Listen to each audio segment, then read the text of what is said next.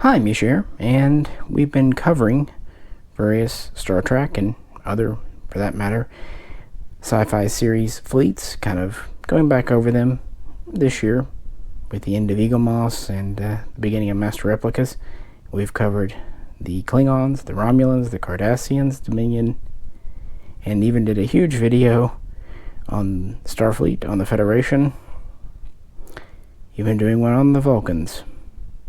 But now it's time to end 2023 with the Borg Collective. And to Eaglemoss's credit, before they shuttered, they pretty much gave us the entire fleet. In fact, the last issue from the standard collection, issue 180, was a Borg cube. So as I've been doing in other videos, the first half will be a more in-universe perspective, presented from Starfleet Intelligence point of view, and the second half will be my real-world thoughts of the designs themselves, such as they are, being geometric shapes, and the individual die-cast models from Eaglemoss themselves. So, there's that. Anyway, hope everyone is having a great Christmas and Happy New Year, good holiday season, time with friends and family, in your own collective. So let's just dive in. The primary vessel, the most common vessel in the collective, is the cube. And these are not constructed as such, but rather grow and evolve, which explains why size can be variable. But they are massive. Anywhere from 2.5 kilometers on a side to over 3,000 meters, so 3 kilometers, or even larger, just kind of depending. And they will evolve and adapt over time as new technology is integrated into the collective, species are assimilated, and what is found to be valuable is installed. When the Federation first encountered the Borg in 2365, the cube was on the larger side, which makes sense. It had been traveling from the Delta Quadrant through the Beta Quadrant for untold decades or even centuries, seemingly outside of the transwarp network at the time. So it had conventional, albeit high warp. It was a large vessel with a very translucent style construction. You could see through layers of piping as if one layer had been built upon another, upon a number, upon a number. It was entirely decentralized, at least that was the thought at the time, and was essentially a deep space exploration and assimilation vessel. We don't know the crew on board it, but based on what we see other cubes, it would have been between 60 and 130,000 drones. Although we do see some cubes with under 10,000, even as few as 5,000 drones on board for various reasons, telling us that while it can support tens of thousands, it can operate with just a few thousand, perhaps even a few hundred. Difficult to say because each cube in some ways is both uniform and entirely unique based on its experience, but it wasn't just down to the cubes themselves. The collective would share information over time, new technologies, so everything is evolving and changing. The Type 1 Borg vessel, the Cube, Variant 1, first encountered, did not seem to have active shielding. Rather, it had a subspace field and or a gravimetric field. Interesting versions, but on the other hand, it had regeneration capabilities and adaptive capabilities. So while it could be damaged quite easily externally, it would be like peeling an onion. You're just damaging the outer surface, and it will repair and then adapt and regenerate. That's just the defenses, though. It certainly had many offensive and even more terrifying assimilation capabilities. Its two primary offensive weapons were a powerful tractor beam that could also drain shielding and do direct damage itself, as well as a cutting beam made of a laser-type projecting material. This cutting beam could be calibrated for pinpoint accuracy, very precise cuts, or set to a very wide field just to completely dissolve entire bulkheads, sections of a starship, depending on the need. So this combination could be used to immobilize and study a ship. It could be used to assimilate or simply carve up and destroy a ship, depending on what the collective felt was required. But other weapons were integrated in for more special purposes. For example, an energy missile was used for longer range attacks, often at warp, and this missile was designed specifically to drain the shield strength of a vessel. Also, it could be targeted once shields were down to disable specific systems, for example, warp drive or deflector control, without actually doing damage to the hull itself.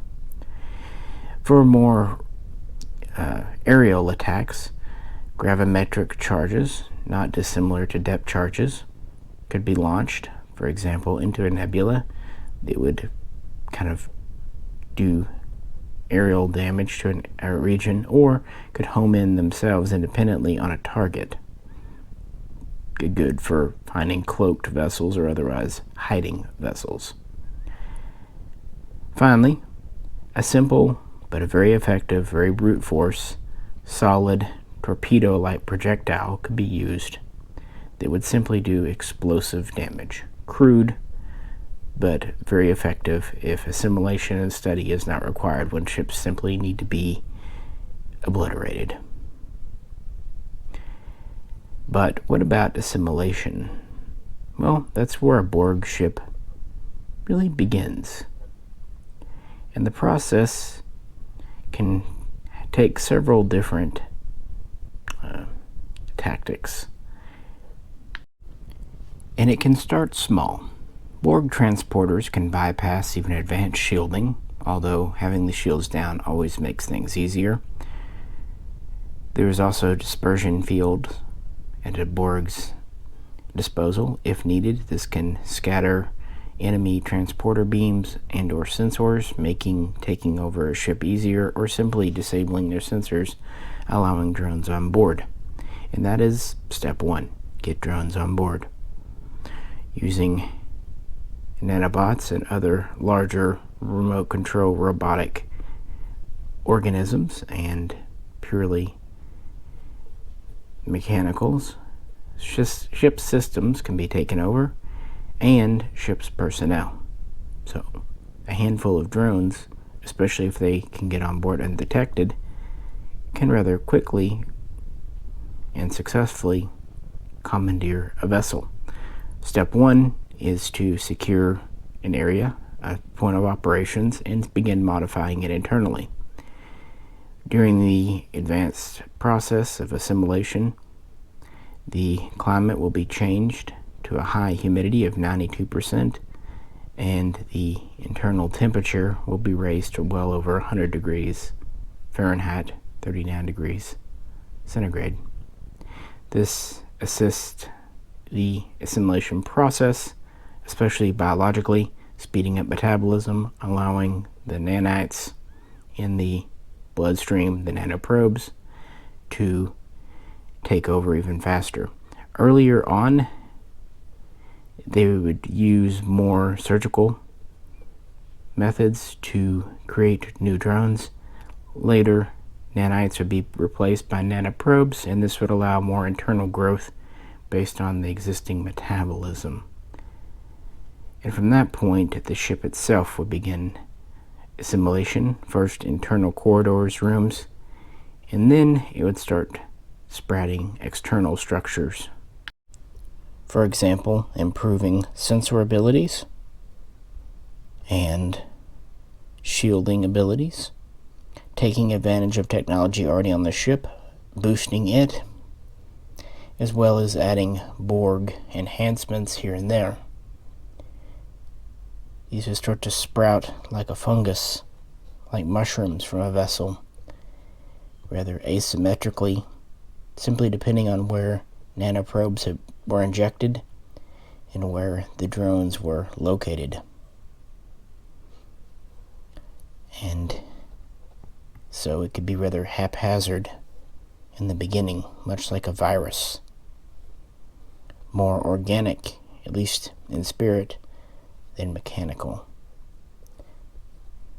But that's only the beginning. After a vessel is fully secure, including its computer systems and propulsion systems and crew, the collective will set out to find neighboring vessels to integrate their biological and technological distinctiveness into their own, incorporating components and new drones as need permits. They will also continue to boost systems and growing structures from the original vessel as needed. For example, enhancing warp from nominal warp 1.5 up to warp 4 and even near warp 5 in very short order. And the interiors of vessels will begin to become a certain spirit of unification of a similar Borg aesthetic. So as drones remain on a ship longer and longer, the ship inside becomes more and more Borg and more decentralized, but it will take time. Obviously, alien vessels have bridges, engineering rooms, security rooms, living quarters. So over time, these will be disassembled and their components reamalgamated into a decentralized construction or plan. But some old artifacts can remain for quite some time. One of the first weapons that a Borg vessel will receive will be the cutting beam, followed by the tractor beam, if technology permits. If it's a more primitive vessel, though, more primitive weapons can be created with the technology. For example, anti-proton beams and proton beams, polaron, even up through modified phasers and torpedoes. The Borg, having existed for a century, even millennia, have had experience with hundreds, thousands of races, and will adapt and use what they have available to them, growing all the while, including mass.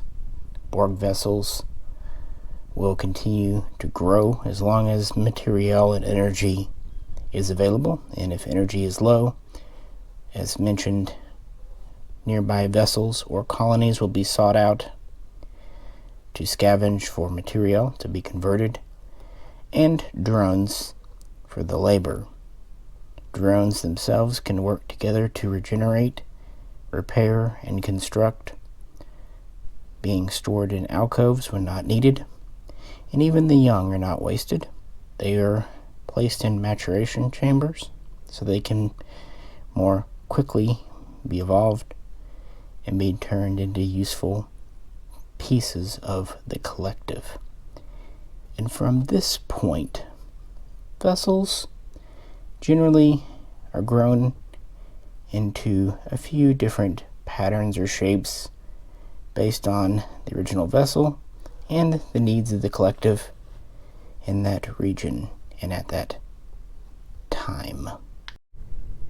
The smallest standardized design and the second vessel to be encountered by Starfleet is the Class 2 Scout or Probe. At roughly 300 meters, this could operate with a crew of just 100, although there was plenty of room for more including assimilated alien species. It had more traditional shielding, as well as a primary shield generator area. It was rather too small to have the complete decentralization of a cube, so it would have specific areas. And it was armed with particle beam weaponry and was capable of accessing the trans-warp network, although it is uncertain if it could create its own conduits or had to rely on already existing entry points. The idea of this vessel was a light scout, long-range patrol vessel that could skim in and out of the borders of Borg space, making long runs through other areas of space to see what new biological and technological distinctiveness was out there without alarming or making too big of a footprint. And, of course, if these were lost, they would not be a major blow to the collective. And they were equipped with 5 drone escape pods so that information could be maintained. Often these would operate far enough away from the collective that communication was less than instantaneous. So if one were lost to a hostile species or phenomenon, some drones could survive to relay the data. And these could often operate from larger vessels or at least dock with them as well, and were a common configuration since at least the year 2368. Frankly, there's not much that can be said about the Borg probe, the scout vessel. It serves its purpose. It was not heavily armed or armored, although it was not weak. It was equivalent to roughly a medium-class Starfleet vessel. But combat was not its primary designation, its primary role. It was just meant to keep a manned eye on the border, and because it would often not have very many drones on board, and for redundancy, it often used robotic repair drones after a battle, or just to keep maintenance up on the ship. And it could operate with a quite small crew. And these could be grown from smaller vessels, or they could be split off from larger vessels as needed. Either way, they are essentially grown like any other Borg collective ship. The third class or type of Borg vessel officially registered with Starfleet is very unusual for the collective and very unusual overall. It is unknown if this was an alien vessel that was taken over and retained its configuration for one reason or another, or is a very specialized type of Borg vessel itself. Even though it is quite large, it can operate with a crew of just 150 drones, although it has space for many more hundreds, even thousands. This has led some to speculate that it might have a specific role as a fast assimilator, a bit of a heavy scout, if you will, or cruiser type. It is speculated that one of these made the initial run through the neutral zone in 2364, obliterating both Federation and Romulan Star Empire colonies. These were not intended to directly assimilate entire planets, but could definitely handle individual starships, and as mentioned, individual colonies with just a few hundred or few thousand inhabitants. These had quite strong but conventional shielding and rather reinforced hull armor, and relied on beam type weaponry, but did not seem as adaptable flexible as a cube. Also, smaller vessels such as the probe could dock or be housed in one of these, further leading credence to the vessel's overall role. They have also been known to lay mines and work in other specific combat tactical situations. This is also the first Borg vessel that the Federation observed using transwarp speeds. It's again unknown if they could create their own conduits or had to rely on existing ones, although scant evidence suggests they were able to create new tunnels and entry-exit points. Very mysterious vessel, but for its size, very effective, able to challenge a Galaxy-class starship or a flotilla of other older starships such as Excelsiors and Mirandas. And they definitely seem to operate far from the Delta Quadrant. Continuing to move up with scaling, we have the second most common Borg shape, the sphere. And size, much like with the cube, is variable. These were seen as small as 450 meters in diameter and as large as at least 600 meters, although there's a very good chance variability is even higher. This is an interesting vessel, as it is almost a jack of all trades, deployed as the Federation would deploy a medium cruiser such as a Nebula-class starship. It has three main roles that have been observed. 1. Long-range, heavy scout vessel, quite obvious for its size.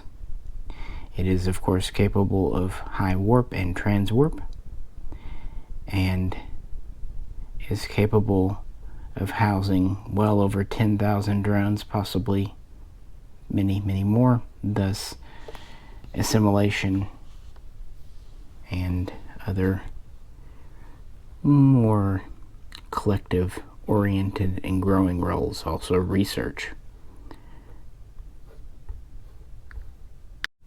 2. Long-range tactical vessel. These were quite adept at combat, quite aggressive for their size. They relied on projectile weapons similar to torpedoes, energy weapons, advanced shielding, and ablative hull armor. They also housed their transwarp coils in specialized rooms or alcoves that had additional armor and shielding around them. And while there were multiple secondary shield generation units, there was a large primary unit that was well shielded, well protected. So these could work as a combat support vessel and heavier patrol ship when a probe was simply not enough. 3. Auxiliary vessel, escape vessel. This is typically on the smaller side of a sphere, and these are attached to the larger variants of cubes, at least as observed, and can be used to get drones out or a queen out if and when the larger cube is threatened, or simply as a rapid transport vessel when the need arises, similar to a very large shuttle. Even in this role, though, these are quite well armed and often rely on projectile-type weaponry. That said, they also rely very much on their shielding, as their hull armor isn't always the strongest. Again, kind of belying their overall size. And these would often have just a couple of thousand drones on board, maybe 5 at a large end. But yes, the sphere is a very common Borg vessel, although the Federation itself would not register this design for quite some time, not until the 2370s, and we continue to encounter them multiple times throughout that decade. Quite iconic, and in some ways just as terrifying as the cube. Moving on, if there can said to be a specialized or unique vessel in the collective, it would be the so nicknamed Borg Diamond. Very little is known about this vessel, perhaps even less than the Class 3. It was observed being the flagship housing the Queen, so we may speculate that it has high speeds, very good access to the transwarp network. It does seem to be well armed and well armored, especially for its size, and we do see it relying on projectile weaponry not dissimilar to the Sphere. It also seems to have parts in motion, possibly to assist in its propulsion, and it seems to be able to translate from one point to another very, very quickly and be used for very special missions. Very few diamonds have been observed over the decades, so it does not seem a common design in the collective. Again, it's as close to something special as the Borg are wont to do. But by and large, as we began this, the cube is the backbone, is the main vessel of the fleet. However, as we've already mentioned and discussed, each cube is somewhat different, but some are more unified than others. I present to you the Class 4, so-called tactical cube. This seems to be a more combat-oriented, less long-range exploring, assimilation-oriented variant. As with the standard cube, it's roughly 3 kilometers on the side, 3,000 meters, but it has additional hull armor. It has more fixed and heavy weapons emplacements, and internally it has redundant and adaptive shielding around its central plexus and other key areas. On the other hand, it seems to rely on more conventional shielding and a blade of armor, so it's not as adaptive, but on the other hand it is stronger overall. This would kind of intimate that these were targeted at more known alien species.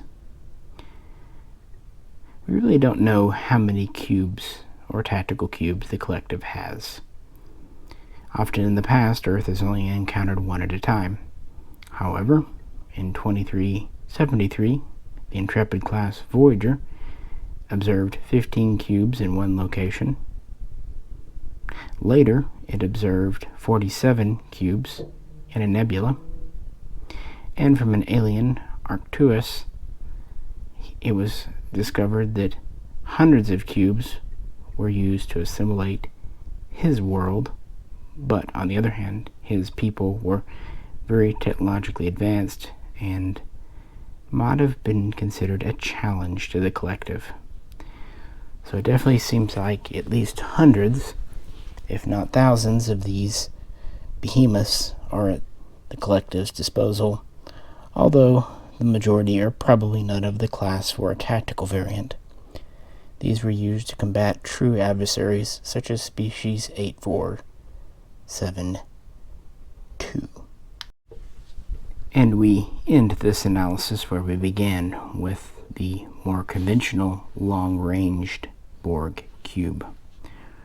But where we started with a somewhat earlier version, here we have a later version, first spotted in 2373, and they would continue to be encountered for decades throughout.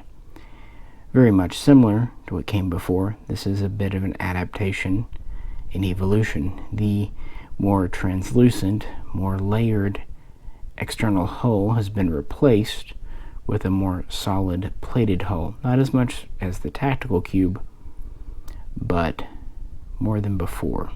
And this seems to give it better durability against new, unknown, hostile alien species. The original cube design could very much adapt, but could take significant damage in the process. This was designed to reduce that. That said, Borg cubes could operate with nearly 3/4 of their systems disabled, out of action, or perhaps even outright destroyed. And these cubes had some newer weapons, newer infrastructure, and would seem to be more standardized, and would be seen in the hundreds over the decades, especially in the Delta Quadrant. However, they were sent out into the Beta, Alpha, and presumably even Gamma quadrants. This was the standard vessel of the fleet, and still quite powerful and potent for what it was, using very similar attacks and strategies as before. This version was put into place when the nanoprobe had replaced the nanite and the collective had evolved, and when transwarp was more prevalent. That might be the main difference between the older style and the newer style cube. One was made specifically for transwarp travel, whereas the other was adapted post facto for transwarp travel. After all, going through a transwarp conduit, especially entering one, causes considerable stress, shearing, even temporal issues. It is not a gentle process on any vessel, even a Borg vessel made out of titanium, which by this point they were. Very strong material, but nothing is impervious to subspace and physics. But yes, it would take an entire Federation anti-Borg armada to wipe out just one of these cubes. Kind of makes one wonder if they sent 2 or 3 or 15 or 47. No? But it is the standard cube of the collective. And while the Federation would certainly have its own struggles with the collective, the Romulans too would have Borg incursions, namely in the late 2370s into the 2380s. But of course they too were victimized way back in 2364 when their colonies along the neutral zone were also dissolved. So it was definitely a multi-pronged assault on the Alpha Quadrant, although it does seem a bit decentralized and less than perfectly coordinated. Ironic for the collective, I admit. The Borg would go nascent after Admiral Janeway's neurolytic pathogen began to spread in 2378, and under a decade it would reach the majority of the collective, even outstanding colonies, and therefore by the 2390s many had thought the Borg had disappeared forever. And to be fair to Starfleet intelligence, this was nearly true. The one surviving queen consolidated her resources. Infected as she was able to cobble together a set of drones, growing her cube to quite a massive size, about 25 kilometers, 25,000 meters, and was biding her time.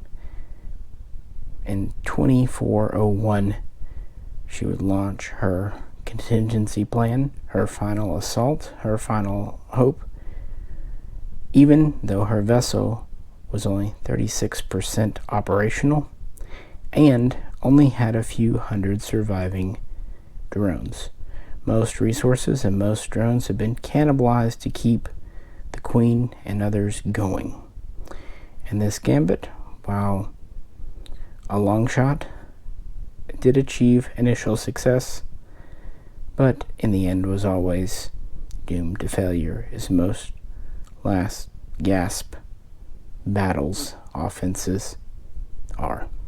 So presumably at the end of 2401, the premier Borg collective is finally eradicated from the Milky Way galaxy. Presumably. So let's begin by talking cubes, talking squares. And when it comes to the Eaglemoss ships, it's a mixed bag. Unfortunately, it kind of always was going to be. The Borg cube is so much larger that even though we know that the collection is not meant to be to scale, they were pretty much sized just to fit the box, it's so hard to do a ship that's meant to be, well, I mean, the Enterprise D is 650 or just under meters long, and a Borg cube is 3,000 meters on a side, so, well, you do the math. 5 times longer. So what were they going to do? And they've done a few other large-scale ships. But the first cube we got was this one, the Gift, sometimes called the Lamp. And I see what they're going for. But unfortunately, it's pretty much a swing and a miss. It's all plastic. It's got reasonable detailing on it. But nothing fantastic. But it is a good size. It's still not to scale with Enterprise D, but at least it does convey the chunk that is. And of course it does have the one feature. It does light up, but yeah, again, early things. I see what they were going for. I'm gonna be honest, the way like the old Playmates Borg cube did it was a little more effective. But this was really the first Eaglemoss that had any kind of battery power, any kind of light up feature. They would do it a few more times. The Doomsday machine comes to mind, but it's not a very frequent thing. The original cube was if they kind of looked at the Death Star and said, okay, sphere that's smooth, let's do a square that's all greebly. And the original studio model from Q-Who, Best of Both Worlds, was pretty much just a box of random bits and bobs glued together. And I do find the whole kind of layered appearance interesting. And it was distinctive and different and threatening. And of course that studio model wasn't made to scale with Enterprise D either. And that was the initial kind of where the Borg were mysterious and threatening and really served the show well for at least the first half of Next Generation. This is fine. Again, it was a gift from Eaglemoss to subscribers. And it is cool that they tried something new. This could be really neat if it had been metal with pinpricks to let the light through, but that would have probably been kind of cost prohibitive because even as plastic with the internals, it's not light and it's not small. It's not a foot across, but it's a good, 8 inches you'd say? 7, 8 inches? So decent effort, especially as a free gift, but you know, they could do better. So next we got, and this would just be in the standard issue line, the Tactical Cube. This wasn't super early on, but it wasn't super late either. I honestly forget which issue number it was. It's neat that they did the Tactical Cube. We only see these, I think, in 1 or 2 Voyager episodes. And really the idea of a specialized Borg cube is a little odd, but I get it. It's just kind of a customized one. Now these are supposed to be die cast, but the truth is they're all plastic, and I'm sure that was done for detail. Now there is a metal core So if you were to cut one of these open, there's essentially a metal weight inside. So at least it has some heft to it. It would have been neat if it was a solid metal cube, but again, I don't know that they could have made the little details the way they wanted. Because these were rendered in CGI. So even with 90s CGI at this scale, about 2.5 inches, I'd say, on the side. Yeah, not quite 3. It would still have more detail than they could squeeze in, even with plastic. I'm glad they did something different. Not many companies have ever done the tactical cube. And unlike the gift one, it actually does come with the stand. I've found with it, I kind of just figured there's a couple of sides that it likes to really slot into better than others. Like right here, it's very secure. Of course, it's a cube, there's really no right way up. And then finally, the first contact cube. So the gift was kind of inspired by the Best of Both Worlds one. The tactical cubes from Voyager. Well, this one's from the film First Contact. It even has the little port for the sphere.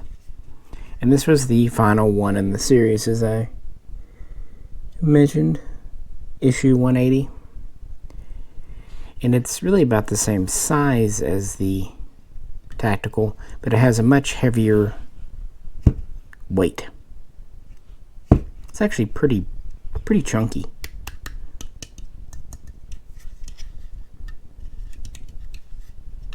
So even though it has plastic panels, the core inside's heavier. And what's kind of neat about the way they did these, they didn't get lazy and just copy one or two sides over and over. Pretty much each side, each panel, is a unique mold. I think it's an interesting choice to have made this the final issue in the whole collection. Certainly iconic, being from arguably the best TNG film. And this would have been a full CGI model made for a movie, not TV budget, so even though it was 1996, it is decent resolution, all things considered. I think it's also interesting that in First Contact they put the big pew-pew battle scene at the front of the film. A little different than usual, but I think it worked really well for pacing. What do you think? But of course, the Borg don't just have cubes. Introduced in First Contact as well, we have the Borg sphere. Now, the design makes sense. It's a sphere. And they mostly get this model right. For one, we do have exposed metal. Yeah, there's some plastic too, but it does have some metal outside. But this was early in the collection, I think issue 10 overall. So they do these ports. And later on, we'll see other spherical ships like the Sirius from TOS, where they just give it a cradle. But if they really wanted to do the port thing, okay, do it on the bottom. But why do it one on each end? That's just an odd and bizarre choice to me. And it really ruins the lines having this big hole. But again, though, this was at the beginning of the collection. I think they were still kind of figuring out what they should and shouldn't do. And thankfully, we never see them do it again. Not like this. Now, it does sit on the stand very well. Again, I wouldn't mind if they just did the bottom port. But there's no reason at all to have the second hole on top. Just pick one and go with it. It's a good size, though. And it actually has very good weight. And again, there is some exposed metal. Still a lot of plastic greeble. But an early attempt, not quite a swing and a miss, but also not quite connection either. I wish they had maybe had a do-over with this one, releasing a version 2. There's a few. The Negvar is another one. I really like the Negvar design, but there's just a couple of errors on the model that would have been nice to see corrected. Moving right along, to the so-called Renegade ship from Descent. Not exactly the best TNG episode, but I don't hate it as much as some do. What an odd design, and it's still a mysterious design. Now, in the Borg episode, it said that Hugh was on a crashed scout ship, and we don't really ever get a size for his scout ship. We think we might see it on the planet, but that could have just been an escape pod, so that's kind of what I went with in my head canon, because when they see another Borg ship coming, the Enterprise quotes a size of 2-3 million metric tons. That seems awfully hefty for a scout ship. This doesn't seem a ginormous ship, but we do know that it's a good challenge, a good threat to a Galaxy class. It still was a practical model, and it kind of shows in the relative simplicity. And it is deceptively small. Like I said, the Eaglemoss models were meant to kind of fill a box. And when you consider it does have some height to it. And it does have some length to it. It's about as long as a starship, but it just seems smaller because it's skinny. That said, it's actually kind of one of my favorites just because it's so weird. We never really know if it's an assimilated alien ship, which is kind of the headcanon, or if the Borg actually grew this ship, which seems less likely. Its stand is a little funky. It sits in here, but it's so asymmetrical it always wants to tump over. But again, at least they didn't do a port, so I'm good for that. It's actually quite heavy too. This is metal with just kind of the top bit plastic, and that's kind of a mix of metal and plastic, so your metal's your centerpiece. I'm really glad they did this one. It's just odd, and we only have 2 Borg ships from TNG, so it's good we got both. Next up, the Borg Diamond, or Octahedron.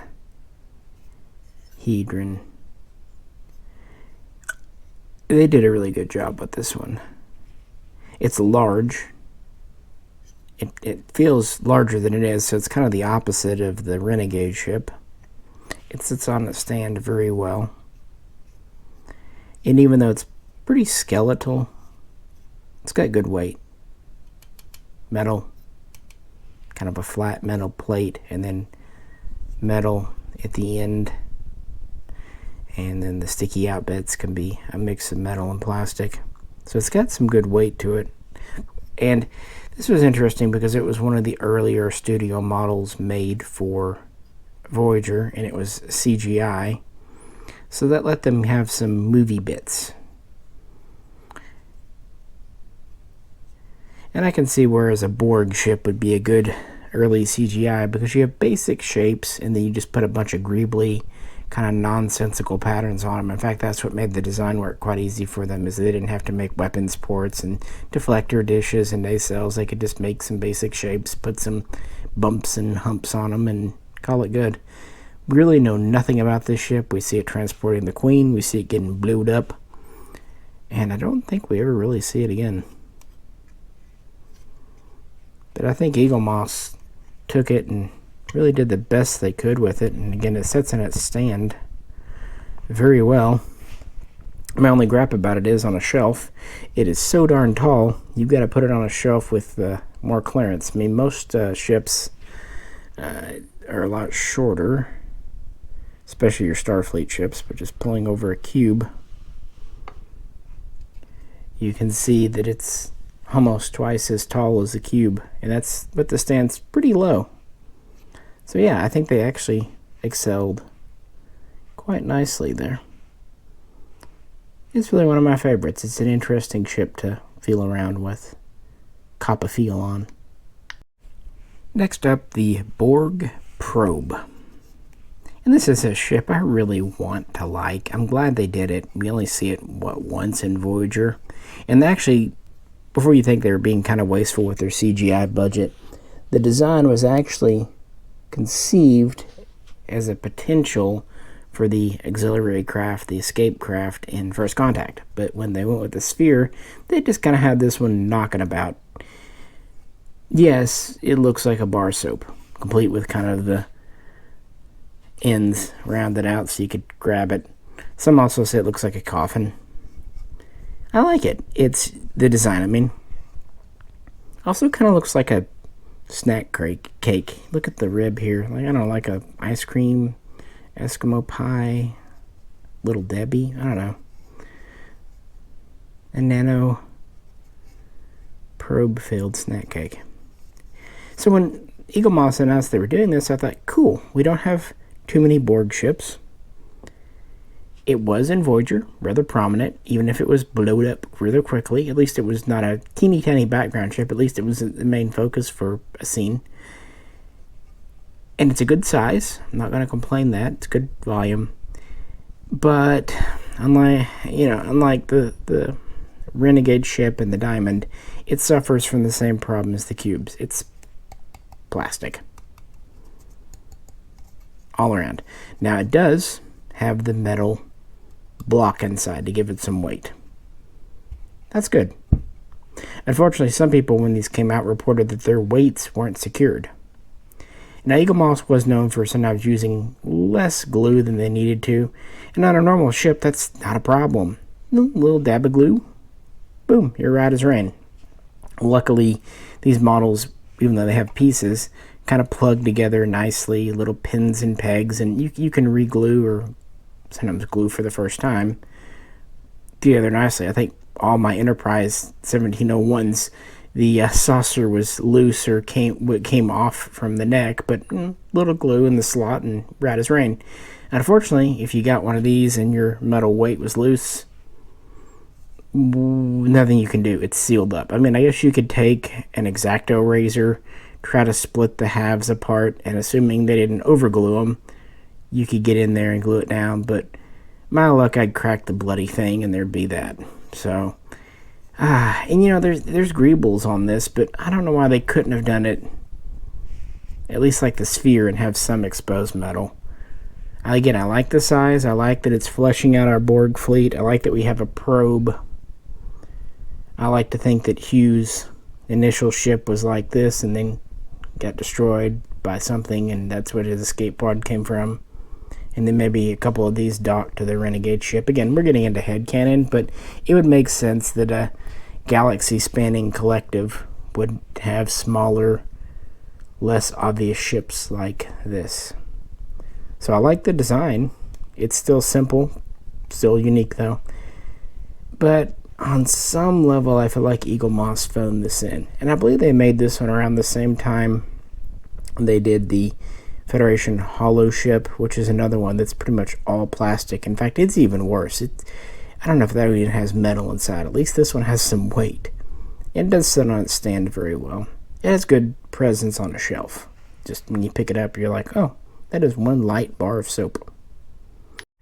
Moving on, the Assimilated Intrepid class USS Voyager. This was not a standard edition. This was a special taken from the end of Scorpion and the beginning of Season 4, the episode The Gift. This is when it was partially assimilated by Seven's team. And this is a cool one. There was a time when Eaglemoss really liked doing any derivation of Intrepid they could. They did the armored one. They did the warship one. They did the concept. I'm super surprised they didn't do one with the nacelles in the warp position, folded up, kind of like they did a couple of different Klingon Birds of Prey. Even if they didn't do it as a standard, they could have done it as a special or bonus edition. Technically, I guess these were bonus editions. And I agree with them not putting this in the standard series because it's pretty specific. And this definitely sets in my Borg fleet because in my mind, and I think it's pretty well confirmed in canon, this is how a lot of Borg ships started off. Just assimilated something else and then they grew it into a sphere or a cube, whatever they needed it to. So it's kind of like a seed vessel. And for one thing, the Intrepid model from Eaglemoss is actually a neat model. It's a good size, good weight. One thing I really like about this is actually the stand. This version that goes over the saucer is superior. The first one that came out, the original Voyager, it clipped back here, which looked really good for making the stand obscure, but it puts so much weight out front. This one, yeah, it's a little more visible, I know, but it's so much more stable. Now, for me, if the detailing was just painted on, that would be pretty dull. I mean, I couldn't see it, I couldn't feel it. But this, all the little Borgy gribbles, they're actually raised. They're actual parts of the model. So I can feel all the Borgifications where it's growing out. It does look like it has an infection, a fungus among us, you know? Which is, I think, an interesting way to view the Borg, and kind of internally consistent. And that's why I said in the first part, they do quote the temperature of 39 degrees centigrade and the high humidity of over 90%, which seems silly, but if you want to increase the metabolism of organics, humans, or like gel packs or whatever you're trying to assimilate, the faster their metabolism goes, the quicker they assimilate. And this was actually confirmed in Enterprise with Phlox. So that's kind of my headcanon why it's so hot and sweaty, because otherwise, if they were more computer-based, they'd want it cool and dry. Like it's in this room right now. It's actually cold out here. It's like 25 degrees outside as I record this, and it's very dry because I have a dehumidifier out here. But no, I really like this. It's cool. I like the Intrepid class. I liked that part of Voyager. I think most people do like Scorpion. It's one of the best Voyager episodes, and it's one of the few times we actually see Voyager sustain damage and kind of wear and tear from a previous episode that's carried over. Of course, right after this, it's completely cleaned up and looks normal again, unfortunately. Oh well. And then there was one. Arctic one, to be exact, or rather, the assimilated Arctic one. Fun fact, they actually released the assimilated version before they released the non-assimilated version, quite early. And this sits on its stand really good, which is a really good thing. In fact, I rarely, if ever, take it off the stand. And I guess I'm not doing it now either. It is on there good, and the thing is, there's so many little greebles and stuff under here. Yeah, it's good. Luckily, my stand actually unplugs very easily. In fact, I use a little blue tack to hold it on. What an interesting ship. I love the kind of trident front end. You see where they added the cutting beam, what is it, a proton burst launcher, a proton beam. And then you see kind of the leftovers of the Arctic one. And I believe technically it flies in reverse from what it originally did. And you see where they beefed up the warp. And as the show goes on, as the episode rather, from Enterprise goes on, it gets more and more different. And they incorporate elements from a Tarkalian ship. Some of the crew, some of the bits and bobs. And we really see how they can take a small 50 or so meter ship, crew of a couple of dozen, and assimilate it. And while early Enterprise had some hits and misses, like the Ferengi episode, Acquisition, you could kind of complain about. I like the acting in it, but yeah, the whole encountering the Ferengi, we didn't need that, honestly. However, the way they integrated the Borg, because of the First Contact movie already establishing, was perfect. That's the way to do the Borg. And they only did it once in the whole Enterprise. I know there was talk about Season 5 having the Borg.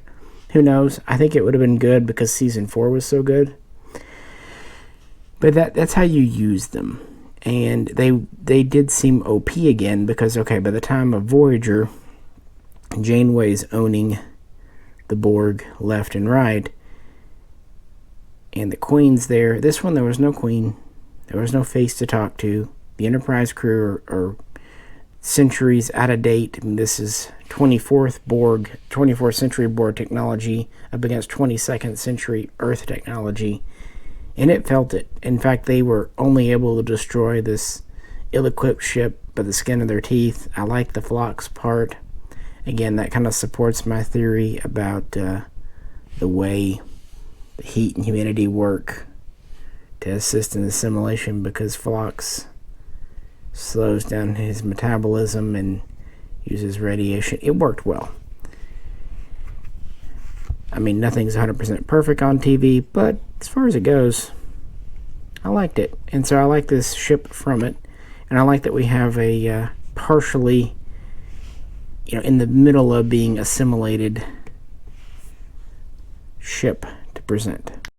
In fact, I think there were show notes about this evolving eventually into a sphere, probably because it was a smaller base. I have the kind of headcanon that larger ships, like say they assimilate a Galaxy class, they turn into a cube, and smaller ships like this, 50 meters, maybe as much as an Intrepid, would just grow into a sphere.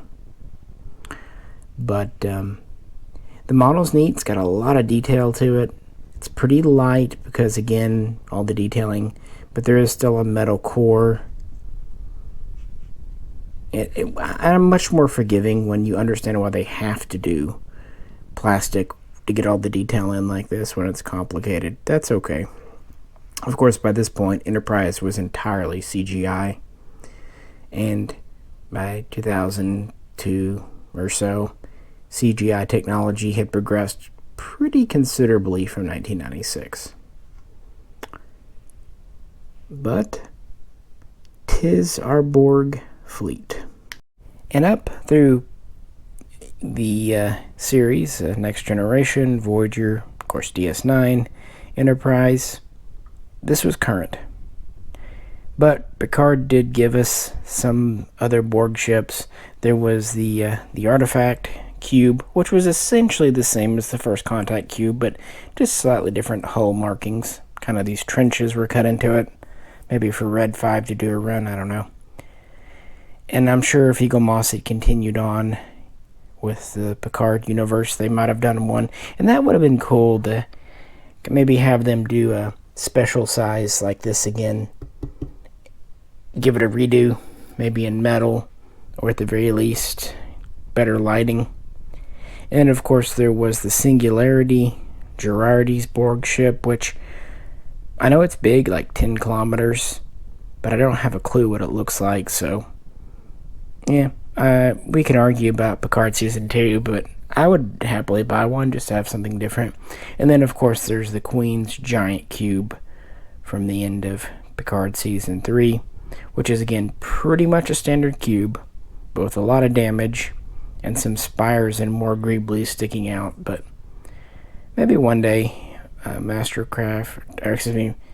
Replicas or someone else will do those, or not.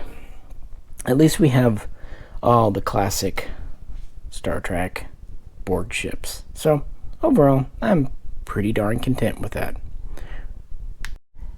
So that's what I think. What do you think? It's kind of hard to ask you your favorite Borg design. It's kind of like asking someone their favorite primary color. We have, cubes, spheres, a diamond or two, a couple of unusual shapes, but yeah.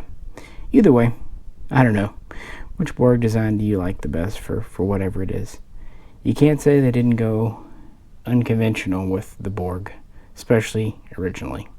Some of the newer things, like from Picard, might be somewhat more derivative, some could say. But, well, you knew they were Borg ships.